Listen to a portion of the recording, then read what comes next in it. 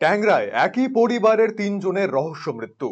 ট্যাংরার 23A অটল সুর রোডে একই পরিবারের দুই মহিলা এবং একজন কিশোরীর দেহ উদ্ধারের ঘটনায় চাঞ্চল্য ছড়িয়েছে এলাকায়।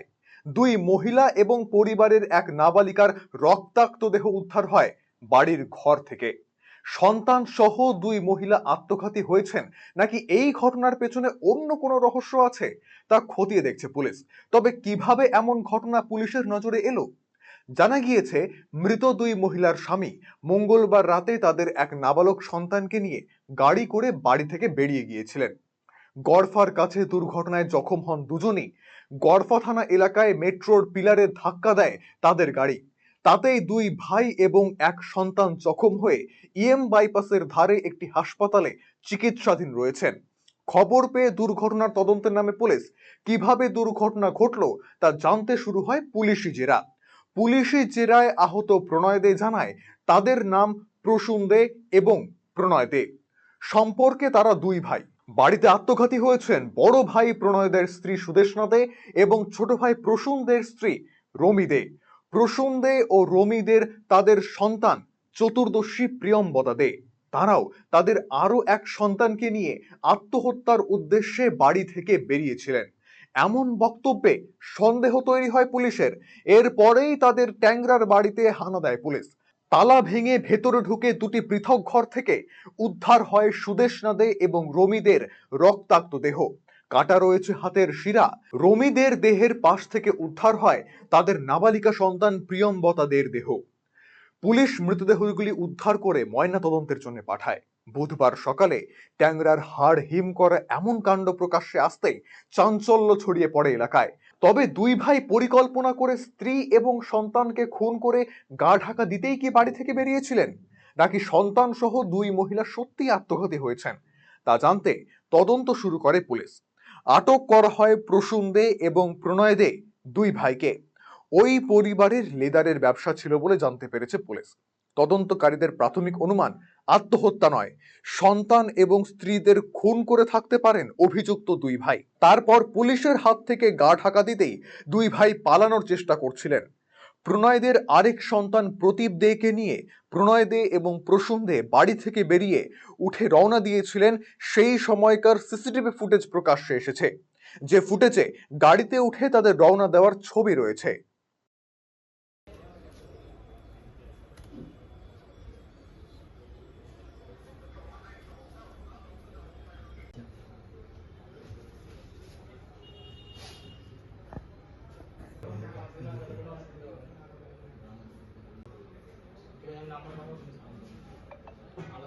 बच्चा निकलेगा। अब इसके हाथ में जो आएगा कुछ हाथ में होगा। दिया रहता है।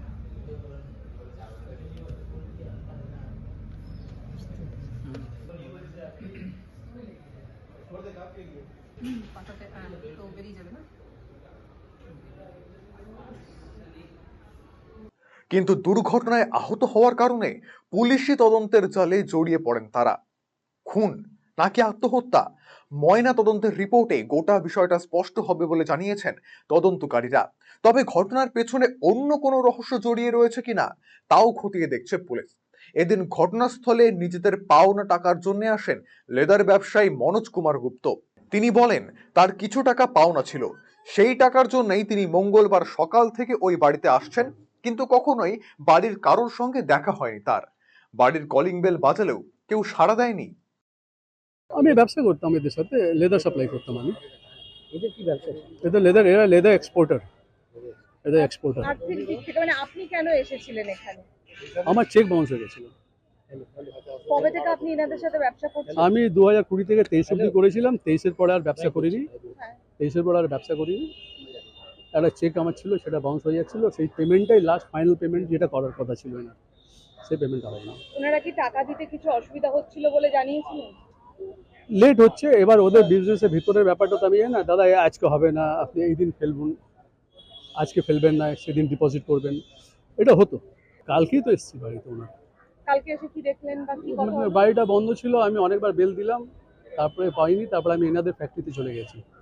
ফ্যাক্টরিতে ওনার ভাইপোরা ছিল, ভাইপো অতনু নাম তার, সে বললো যে আমিও সকাল থেকে 30 বার ফোন করেছি দাদাকে, আমি পাচ্ছি না দাদাকে।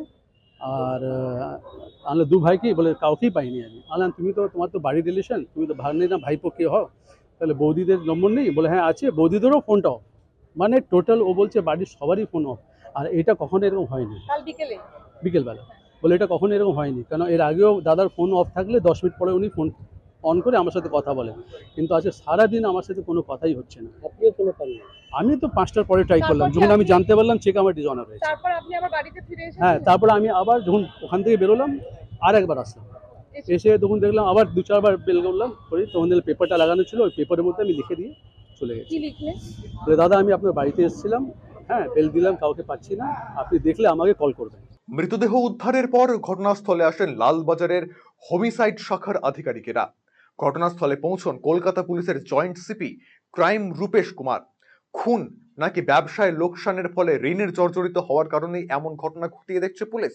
মৃত্যুর কারণ অনুসন্ধানে পরিবারের জীবিত সদস্যদের বয়ান এবং পারিপার্শ্বিক তথ্য প্রমাণ হাতে পেয়ে ডিএনএ মোবাইল ইউনিটকে কাজে লাগিয়েছে পুলিশ। আনা হয়েছে 3D স্ক্যানার। সব মিলিয়ে ঘটনার তদন্তে আধুনিক পদ্ধতি অবলম্বন করেছে পুলিশ। সুমিতদের রিপোর্ট, আরসিটিভি সংবাদ, কলকাতা।